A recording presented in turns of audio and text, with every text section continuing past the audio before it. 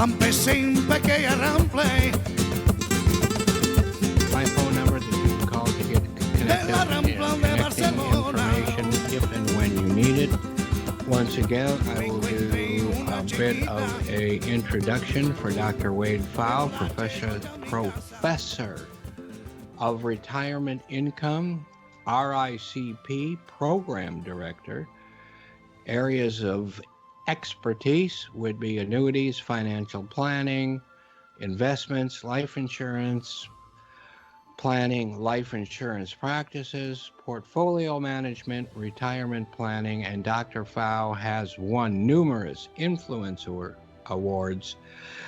And he is here now, but he is a two-time winner. He's not a two-timer, no, two-time winner of the Journal of Financial Planning and other awards, two-time winner also of the Academic Thought Leadership Award from Retirement Income Industry Association and the Best Paper Award winner in the retirement category from the Academy of Financial Services. And again, we're going to throw it over to him, but, you know, he might be, I don't think he's shy. I mean, I'm not, but, you know, just in case, Dr. Phau holds a doctorate in economics and master's degree from Princeton University, Bachelor of Arts and Bachelor of Science degrees from the University of Iowa. He's also a Chartered Financial Analyst, CFA, which means he can help you, actually, if you want him to. He's there. So let me throw this over to Dr. Phau, and go ahead and please tell us a little bit more about you and so forth. Well, sure. Well, thanks, Jay. Thanks for the nice introduction. I think you covered most everything. Might not have mentioned, I live in Dallas now. I do work with the American College, and it's based out of the Philadelphia area, but I'm talking to you today from Dallas. And yeah, I just focus on different aspects of retirement income planning. I've got my website, retirementresearcher.com, and I've written a few books and working on a final book. And right now with Medicare as well, just it's the beginning of that annual enrollment period. So yeah, I do have your books, and I highly recommend them. We're gonna I hope Sean can put some pictures up of them before it's done. But I highly recommend people reach out to you or Amazon, whoever they buy these books from. Great, thanks. Yeah, Amazon would be the place to go for that. Yeah, and you know, the audience we shoot for on this program is the I'm almost 75, but we don't want to say that. We'll just say those looking for retirement, or those looking to plan ahead for retirement. But I think we're living in a very strange era. So I think you can be very well accepted and listen to anything that you would like to bring into the conversation related to finance. And if it covers retirement also, that's great. Yeah, absolutely. Yeah, there's so many different tools and techniques and strategies, and it's a challenge now with everything going on in the world and with low interest rates, but it's definitely doable to figure out how to put things together and get a good retirement strategy. Yeah, what do you think people really should be doing as they're getting close to retirement? Or like me at my ripe old age, I'm still working. I love working. I think people need to be active to stay healthy. And I'm not the poster child for that exactly, but you know, that's kind of what I think. So what would you think people approaching retirement age, what are the best things for them to be looking at other than calling you? Well, right, like what you're saying about retirement in general, that it's definitely important to retire to something rather than retiring away from something. Right, yeah. Don't have a plan for how you're going to spend your days, it's not necessarily the best way to start retirement. And a lot of people might want to go back to work at that point just because they haven't really thought through how they're going to spend their days. But then beyond that, I mean, you've got the finances, Medicare decisions, Social Security claiming decisions, how to put together different tools, and that's a reverse mortgage can be part of that, things like annuities and so forth. understanding that 4% rule of thumb about how you can spend from investments, all these different aspects to try to lay that foundation. You think that 4% rule is still a good one? Well, no, I'm not a big fan of it. It's a basic rule of thumb to get people started, but yeah. Well, I don't mean to interrupt, but all three of your books are on the screen right now. And make sure we go and tell people how to get a hold of them in a little while. But that's all. Go ahead. I'm sorry. Mm-hmm. Well, it's so the idea is that when you retire, if you take out 4% of your money, and so if things are looking good and you retire with $1 million, that's $40,000, and you should be able to keep spending that same amount every year with keeping up with inflation, and your money should last for 30 years. And it's based on historical data. But today we really, with lower interest rates are lower than they ever were, and stock market valuations are high, and it's only based on US data. It didn't work with international data and so forth. So it's under more strain than the historical data would suggest. Yeah, now I am telling listeners that they should have a financial planner, no matter whether they're worth $500,000 or $5, because you never know. Some financial planners will cut you off unless you don't have $500,000, but I think most, especially if you're a little younger, you never know what's going to happen, and I think that that's a good plan. Do you agree with that? Yeah, generally speaking, and I know some people, I tend to talk to people who are more do-it-yourself, and it's really their hobby is personal finance. And maybe some of the people listening to any radio show related to retirement, it could be more of a hobby. And there can be a case for doing things yourself, but especially if you have a spouse who's not as financially savvy, and just as you age and maybe want to spend your time doing different things, but otherwise there's so many issues that can be overlooked and mistakes that can be made, that working with an advisor is always something to think about and consider. Now, you did say people talking to you, so those people are talking to a real live financial planner, being you. So yeah, there is. I mean, I think they should get advice from whoever they should and could and would get them from.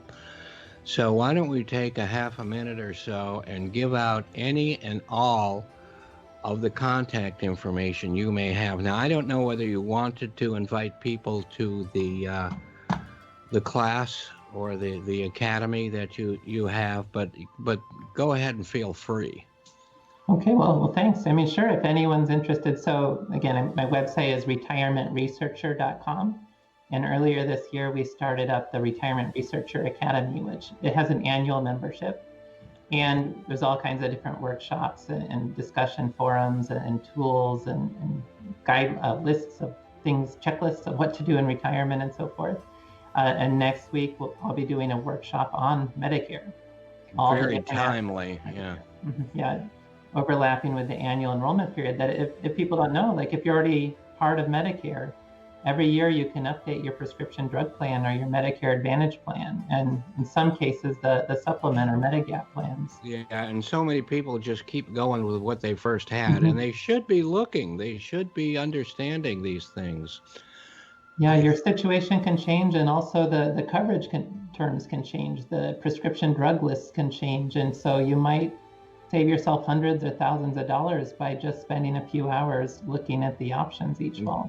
This is a good thing. I mean, I can't believe some of the I've taken for this pancreatitis, what the contribution from my Medicare plan has been huge, and ours has been pretty good size too. But I mean, without that Medicare add-on that I have, I'd be in trouble.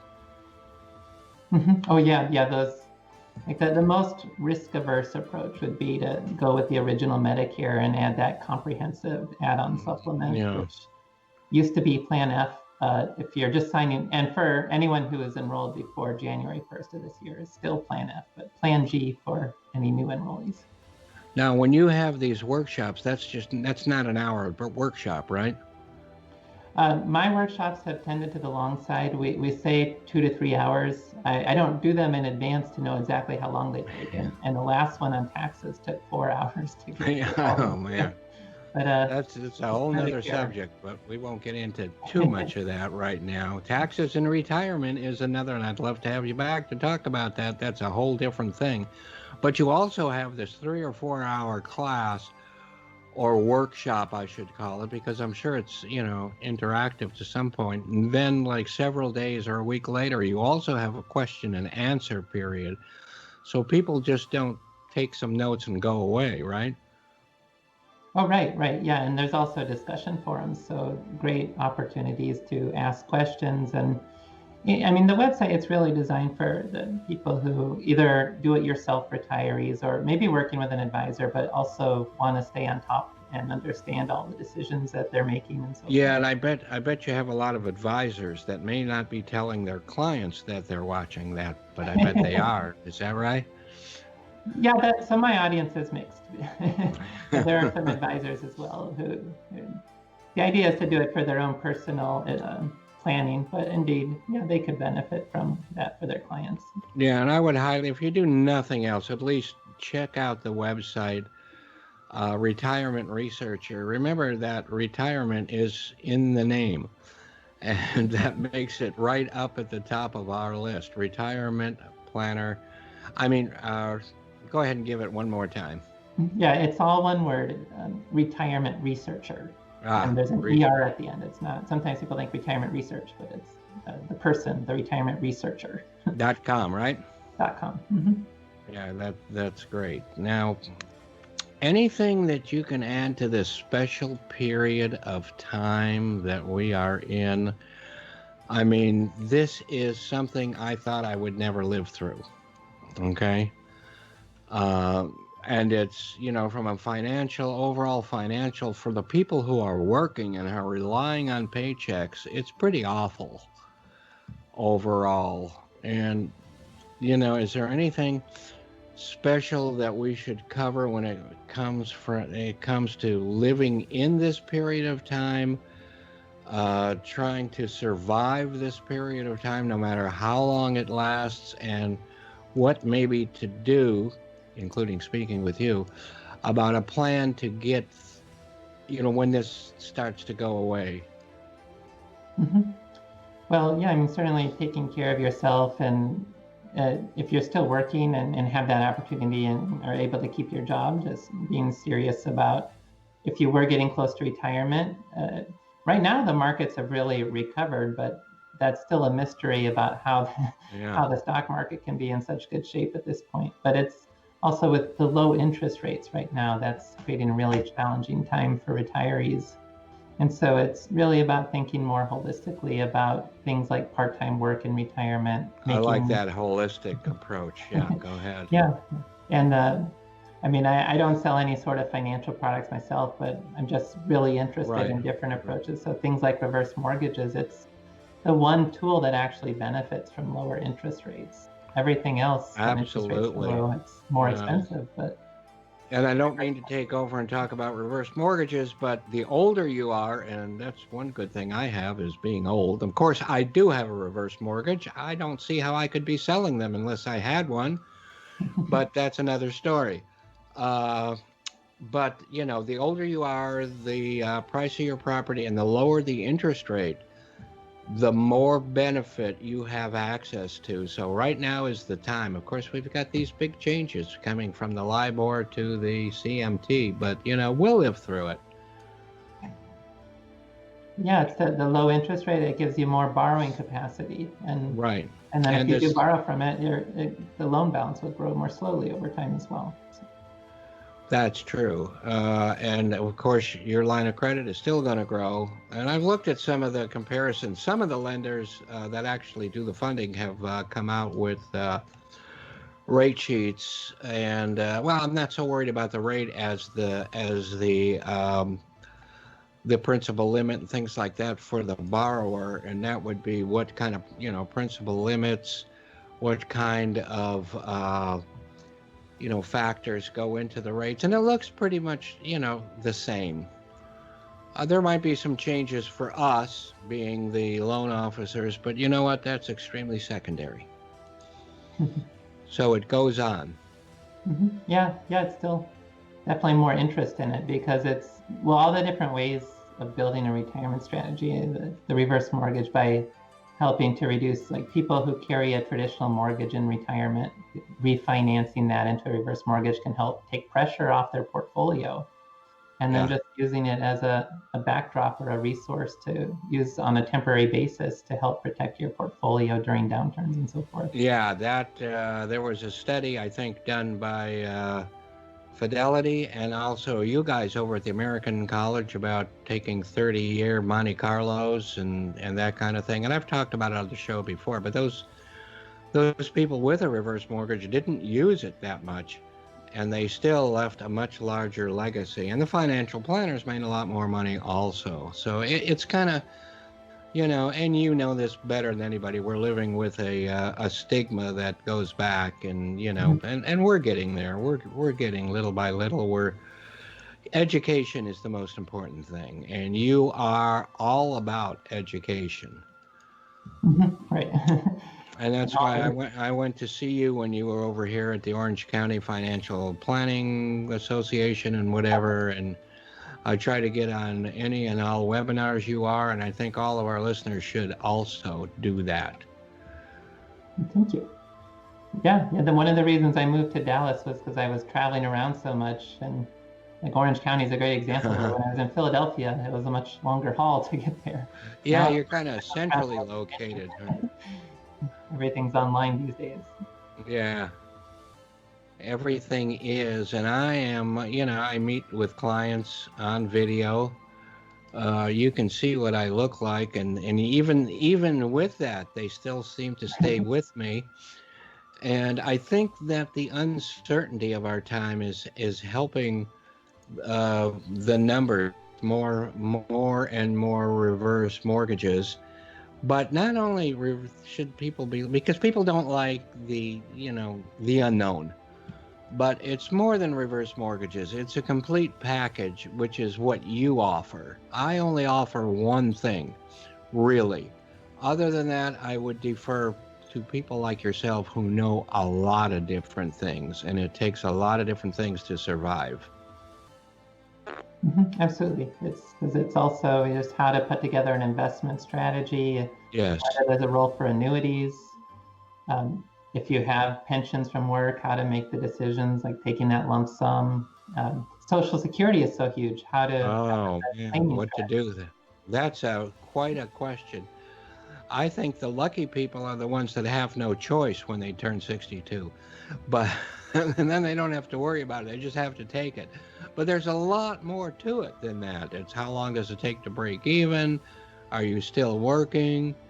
You can supplement with other products. For me, that would be a reverse mortgage. To others, that could be an annuity or something else, and you could put off taking Social Security till you can get a larger amount.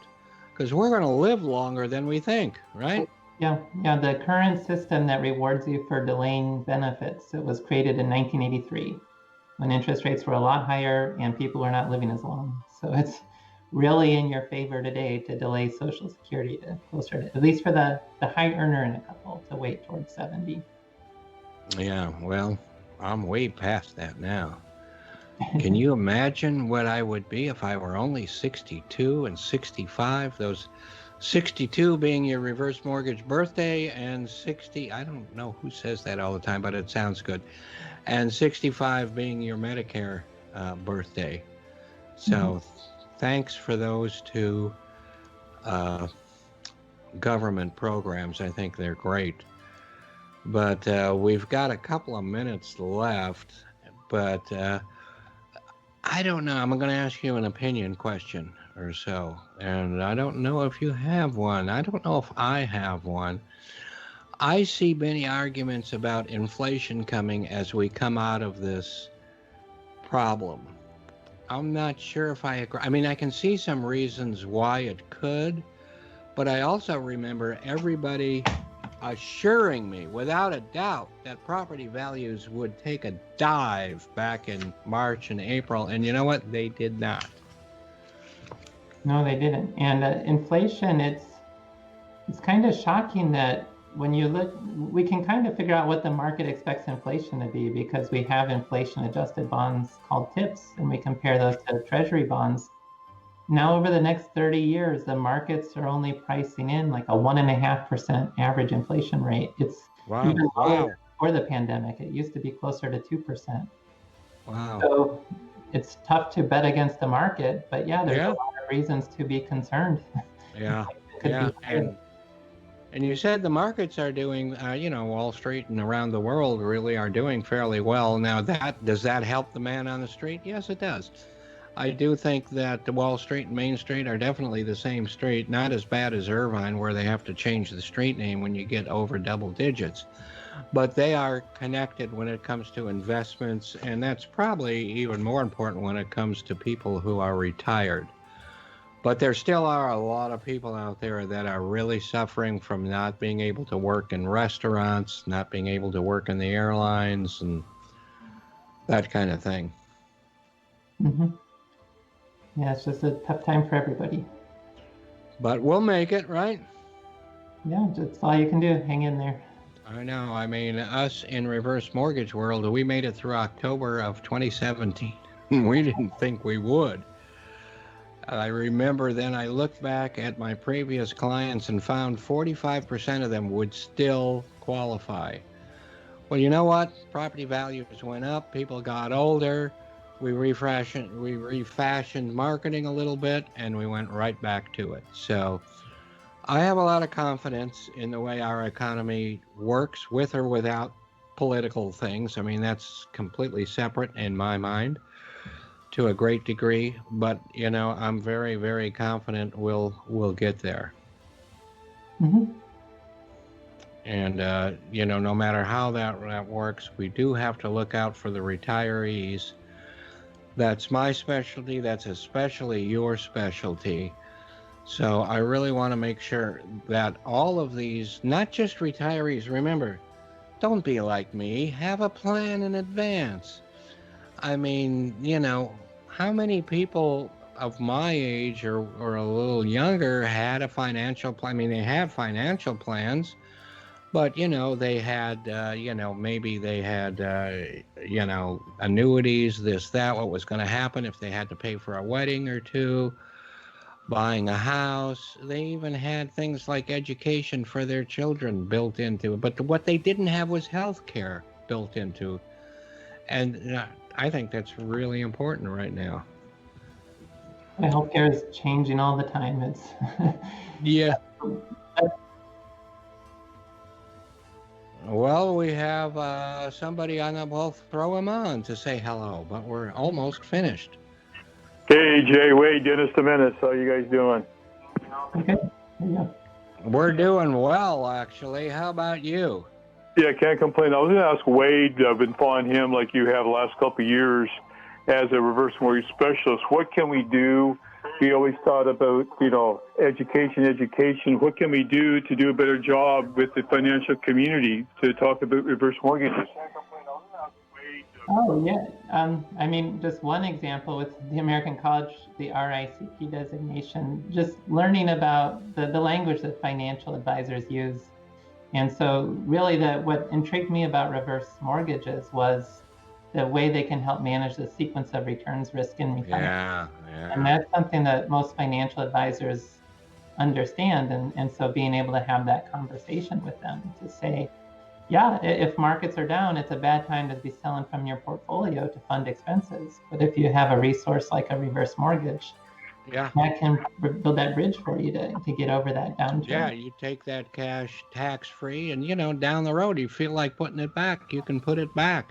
It's, and every penny, not every penny goes to paying off the loan like anything else, part interest, part principal, but every single penny goes back to the line of credit. So, I mean, nothing is that good on the face of the earth. And Dr. Phau, let me tell you that Dennis, who is on asking this question, is a member of your academy.